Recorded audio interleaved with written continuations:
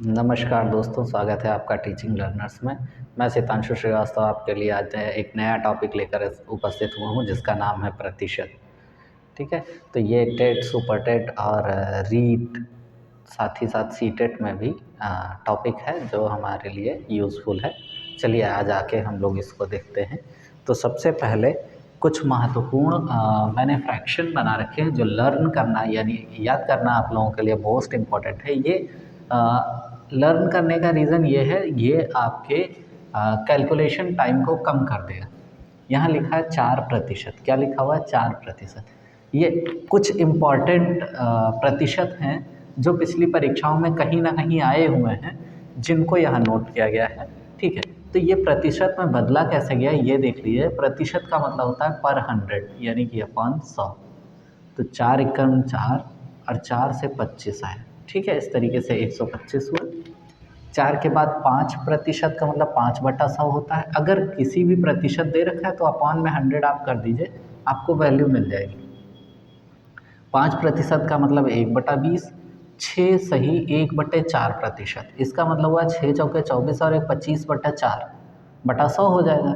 तो 25/400 हो जाएगा। देखिए 25/4 गुणा 1/100 होगा। और इसका मतलब हो गया कि 25 एकम 25, 25 चौके 100, तो 4 चौके 16 बना, ये हो गया। ठीक है, 8 सही 1/3 मतलब 12, 1/12।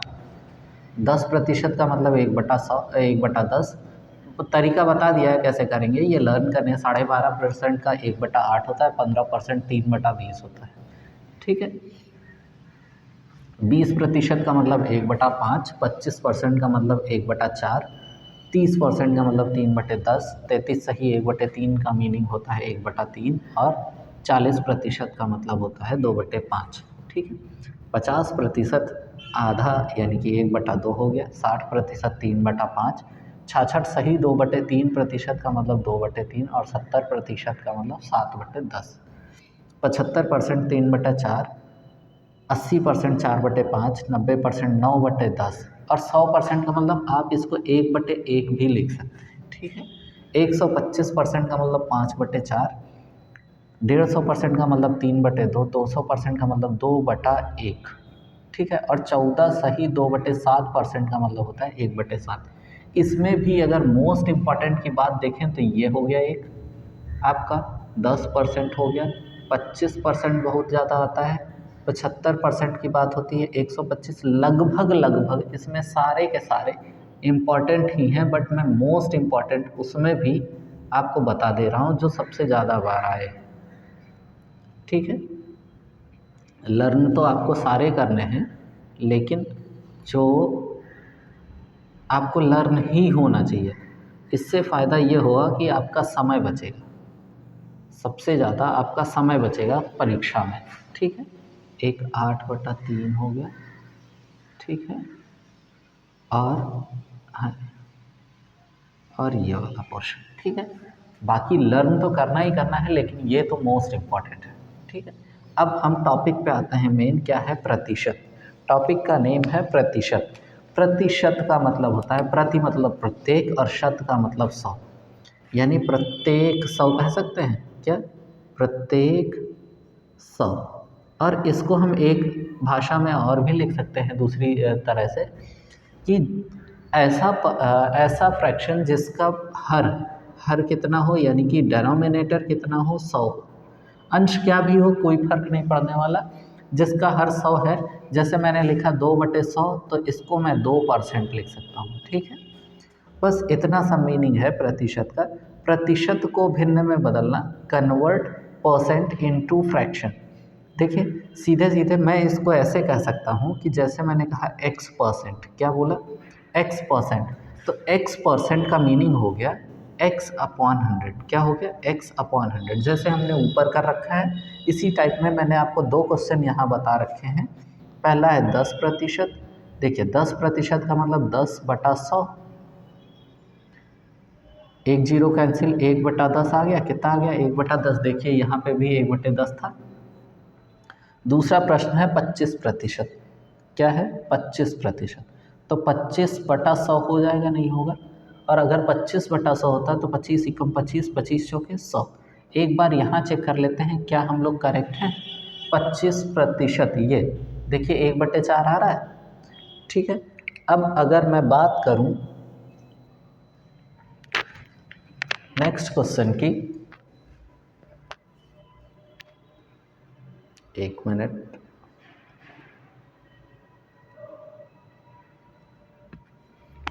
नेक्स्ट प्रश्न की अगर मैं बात करूं तो यहाँ लिखा हुआ है 6 होल 1/4%, दैट मीन्स 6 सही 1/4%। कितना लिखा है? 6 सही 1/4% का मतलब हो गया 6 चौके 24, एक 25/4 हुआ, और प्रतिशत का मतलब 1/100, तो 25 एकम 25, 25 चौके 100, यानी 1/16 हो गया। कितना हो गया? 1/16। यानी देखिए ये वाला 6 सही 1/4 की बात हो रही है। तो इस तरीके से तो आपने चेंज कर लिया, किस में कन्वर्ट कर लिया? Convert percent into fraction. कभी कभी एक क्वेश्चन और भी बनता है कि परसेंट को हम डेसिमल में कैसे चेंज करते हैं। तो डेसिमल में क्या करना है, इसी को आप डिवाइड कर दीजिए। किससे डिवाइड कर दीजिए?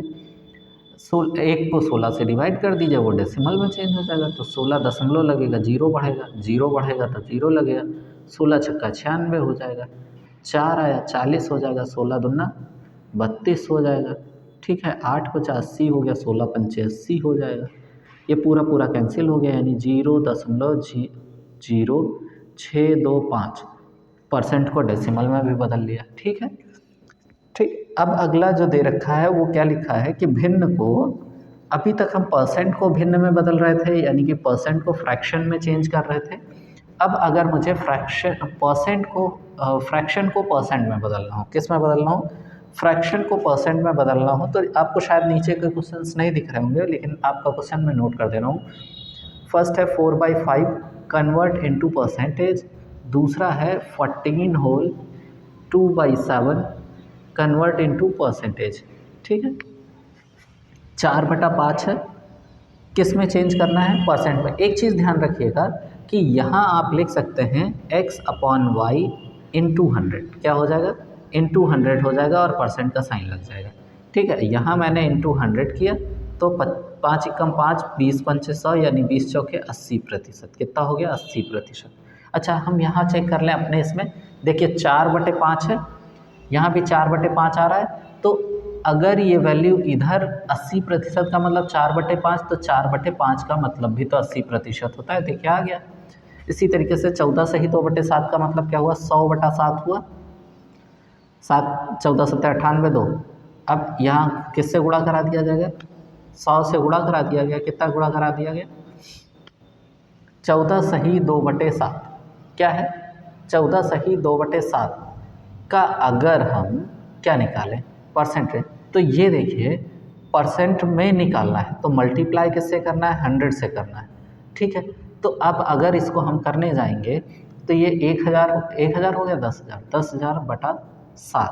अब इसको हम फ्रैक्शन में चेंज कर लेंगे। कितना आएगा? 7 एकम 7, 3 30 हो गया, 7 चौके 28, 2 बचा 20 हो गया, 7 दूनी 14, 6 60 हो गया, 60 हो गया, तो 7 अट्ठे 56, और 4 बचा 4/7, ये बन जाएगा, ठीक है। यानी कि जब भी हम परसेंट में चेंज करने जाएंगे तो वहाँ हम मल्टीप्लाइड बाय 100 करेंगे, ठीक है। अब एक मैं आपको यहीं एक टॉपिक क्लियर करा दे रहा हूँ कि अगर किसी डेसिमल को किस में चेंज करना हो? परसेंट में चेंज करना हो, तो आप ये बताइए, अगर डेसिमल को किस में चेंज करना है? परसेंट में चेंज करना है। तो जैसे मैंने लिखा 0.5 और कन्वर्ट करना है परसेंट में, और मैंने आपको बोल रखा है कि जब भी हम कन्वर्ट करेंगे परसेंट में तो मल्टीप्लाइड बाई 100 करेंगे। किससे करेंगे? मल्टीप्लाइड बाई 100 करेंगे। फ्रैक्शन को परसेंट में चेंज करना हो या डेसिमल को परसेंट में चेंज करना हो तो मल्टीप्लाइड बाई 100 करेंगे, 50%, ठीक है। एक चीज़ आप ध्यान रखिएगा, अगर परसेंट को कन्वर्ट कर रहे हैं फ्रैक्शन में या फिर डेसिमल में, किसमें? फ्रैक्शन में या डेसिमल में, तो यहाँ मल्टीप्लाई होगा 1/100। और अगर आप फ्रैक्शन या डेसिमल को चेंज कर रहे हैं परसेंट में तो आपको मल्टीप्लाइड बाई 100 करना होगा। ठीक है,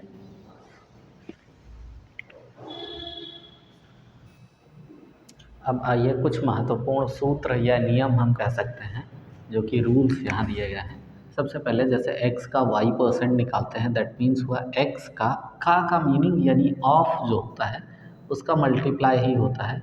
y% का मतलब आपने y/100 पढ़ रखा है, दैट मीन्स आप ऐसे लिख सकते हो x इंटू y/100। ठीक है, इसी पे बेस्ड आपका क्वेश्चन है। यदि x कितना है, x का x% 36 है, तो आप यहीं देखिए x का मतलब मल्टीप्लाई, x% मतलब x/100 कितना है, 36 है।